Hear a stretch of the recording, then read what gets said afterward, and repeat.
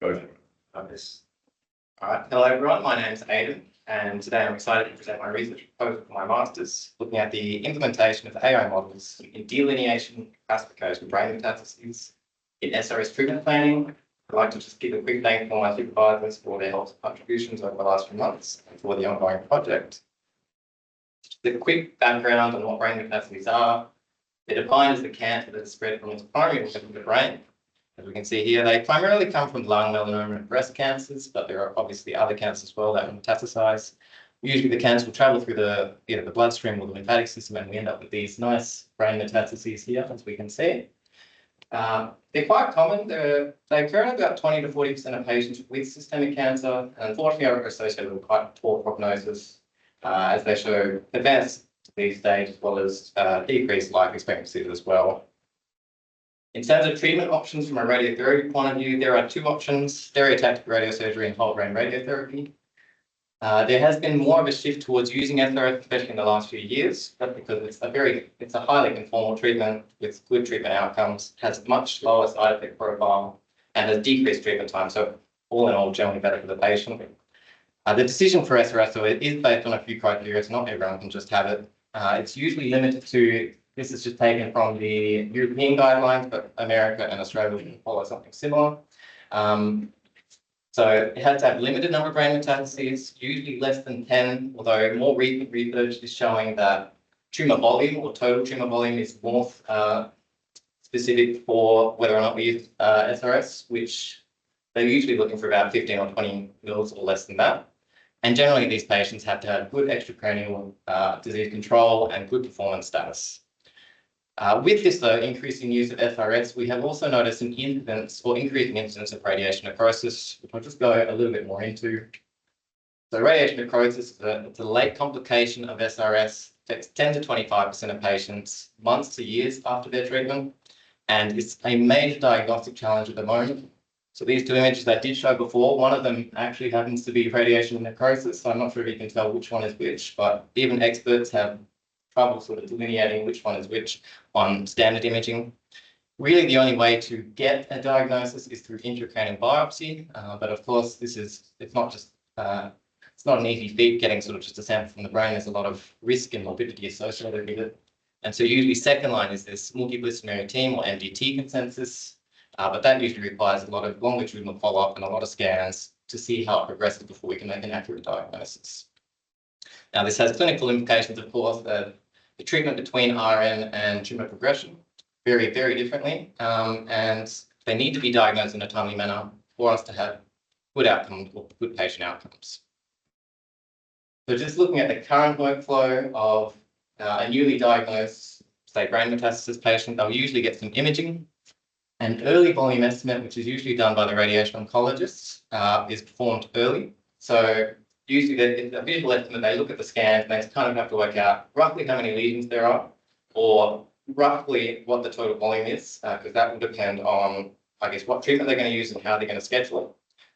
And then after that, once treatment or decision has been made, they'll usually go through the manual contouring process, which is just delineation of any regions of interest as well as organs of risk. And that is then sent to the treatment planning system to deliver or come up with an optimal patient treatment.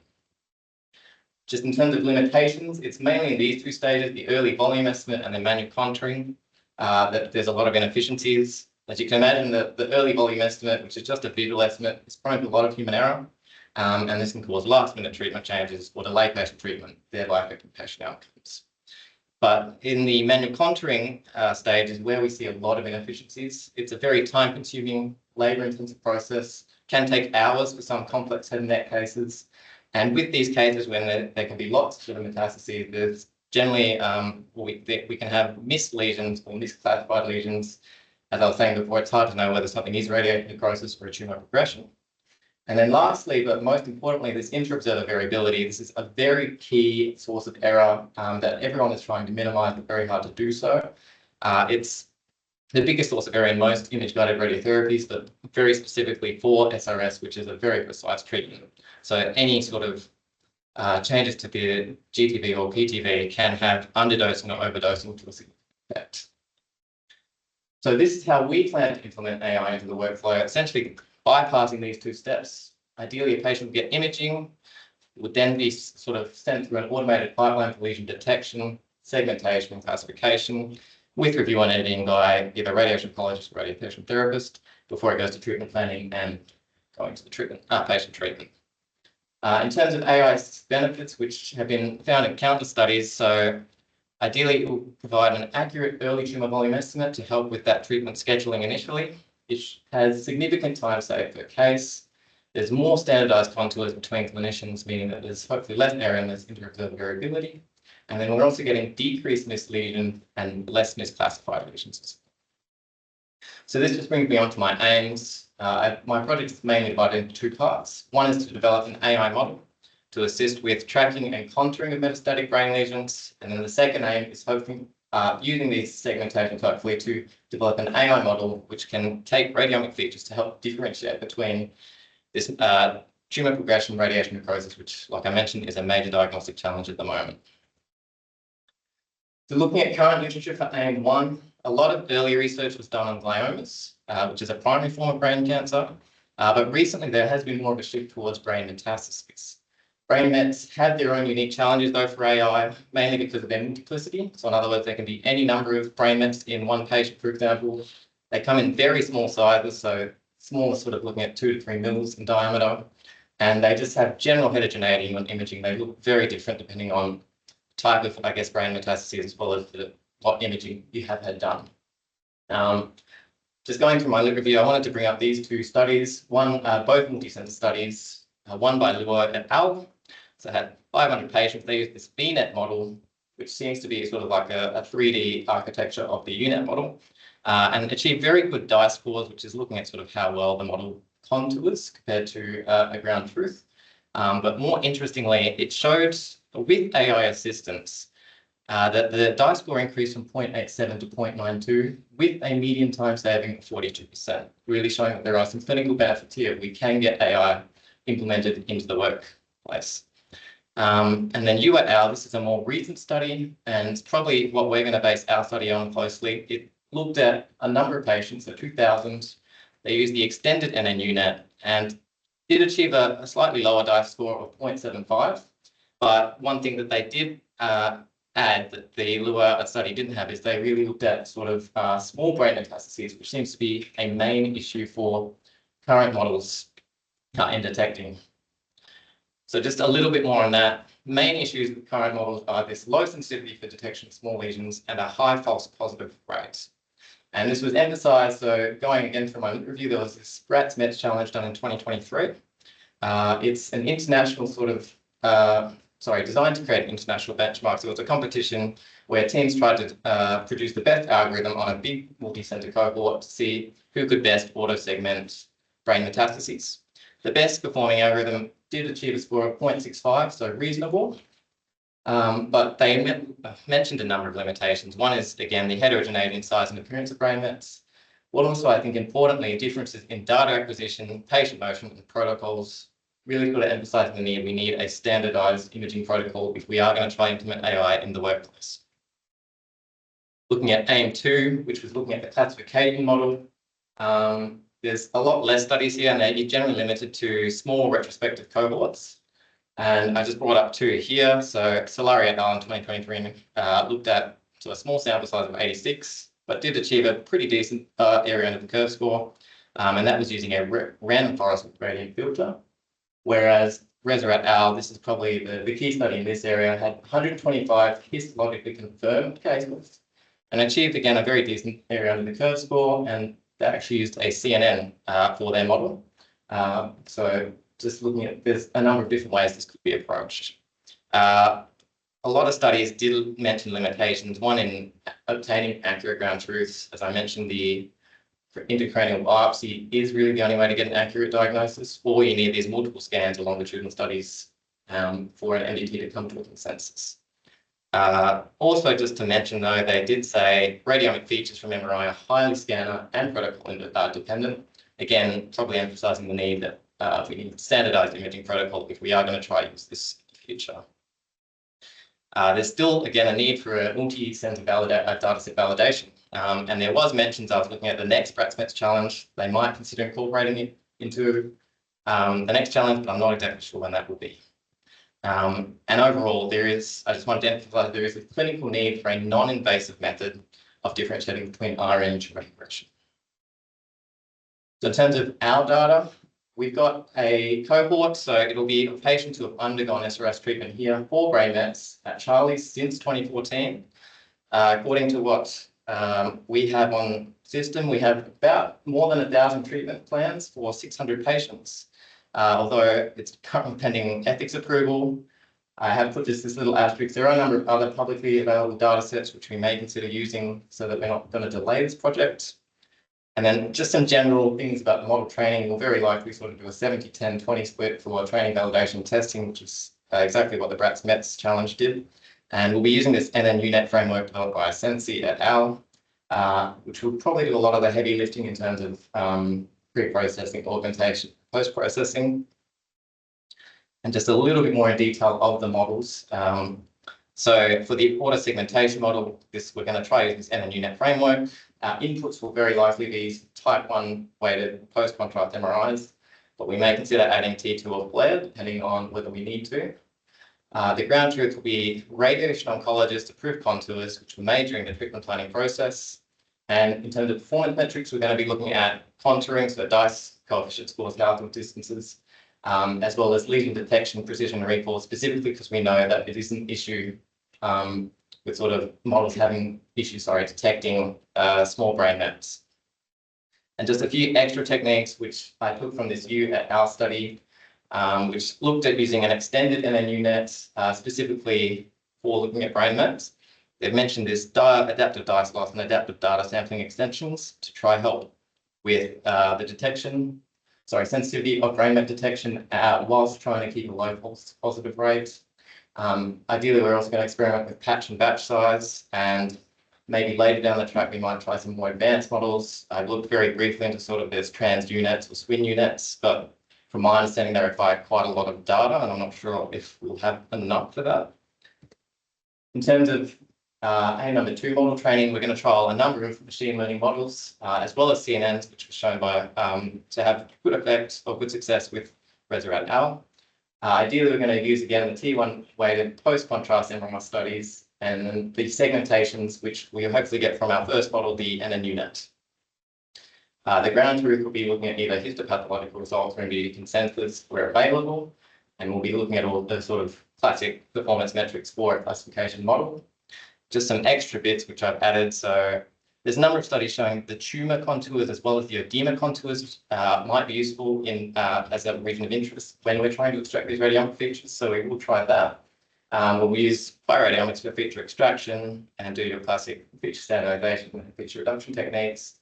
Ideally, optimize hyperparameters via research and cost validation and to determine which model works best. Just looking more into the future scope, looking at actually how we're going to integrate it into the workflow. There's very limited research in using it in a clinical setting. To my knowledge, I couldn't really find any prospective studies.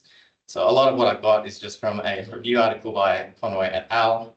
There's a number of major themes. One is the quality and diversity of training data are crucial, as classically AI models are really only as good as the data we presented.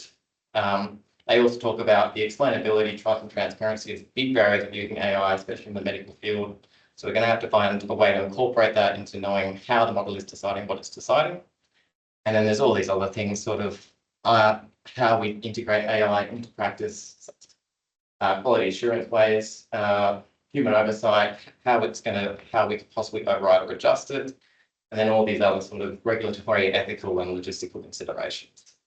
But they did make a key take-home point, which is AI is very unlikely to replace the expertise, but rather just help with decision-making by reducing variability, streamlining workflows, providing early confidence.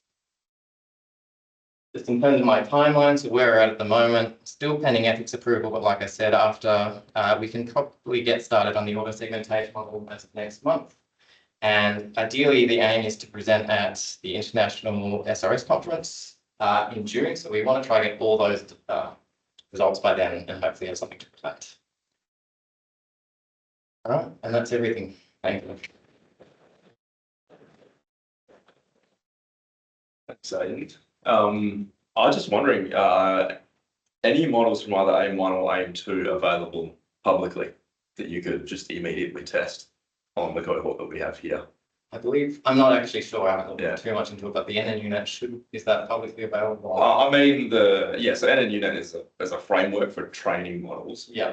But like the Brats, for example, like there'll be winning teams and they may have made their models available publicly. I believe so. I will have to have a look into it. Yeah. They have explained how the models work, but not obviously this. So. Yeah, it's a good thing to look into. Yeah. Because you could also just fine tune their models. Yeah. On a small portion of the data here, and then after you've tested it. So that's a good thing to look at. Any other questions, Kaylee? Actually, no studies that are looking at those radiomic features from those brain metastases to see if it's necrosis or depression. Has that already been done? So it has been done, but like I said, they're sort of very small cohort retrospective studies. Really, the highest sample size I had was 120. So it's sort of at that stage, they do need that multi-center data, but not yet happens. Question. So you mentioned some of those segmentation models and those metastatic brain metastases. Yeah. I was wondering how important are those small mets in terms of prognosis? Yeah, I think that's still sort of, I guess, up for debate because obviously even radiation oncologists, radiation therapists have trouble knowing if something is, a small brain met or if it is just artifact. I think they are saying that they are important because they are noticing on follow-up scans, so now that we're sort of getting to this point where patients are surviving longer and having multiple less breast rounds, that there are a number of these small ones that do end up being, later diagnosed as metastases. But I don't have exact numbers for you to know sort of how often that happens. So.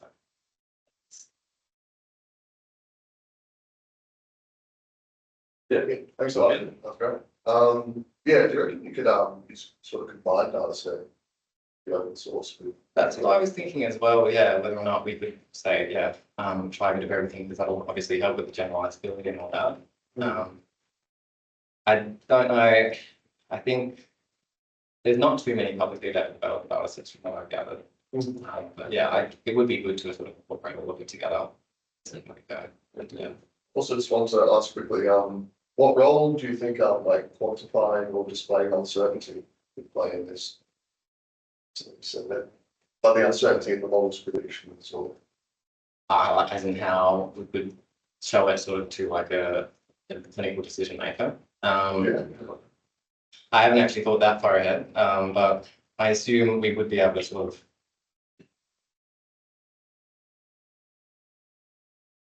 I'm now thinking about it. I might be able to get back to you with a better answer, but Well, I mean, what yeah. you just said about showing it to a clinical Yeah. decision maker, I think, but I'm not sure exactly how it would look or like how we'd incorporate that into sort of.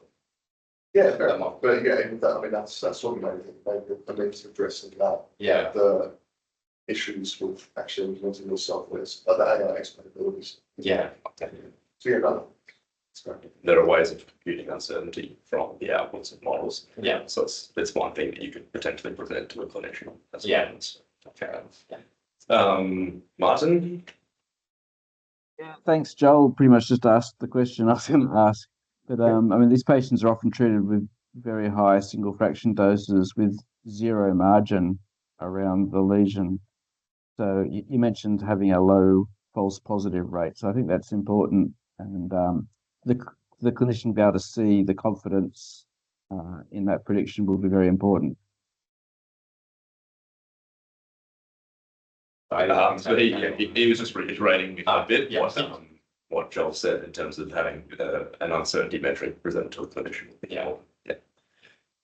Good. Thank you. Thanks, Martin. Thanks, everyone. Another round of applause for Aidan.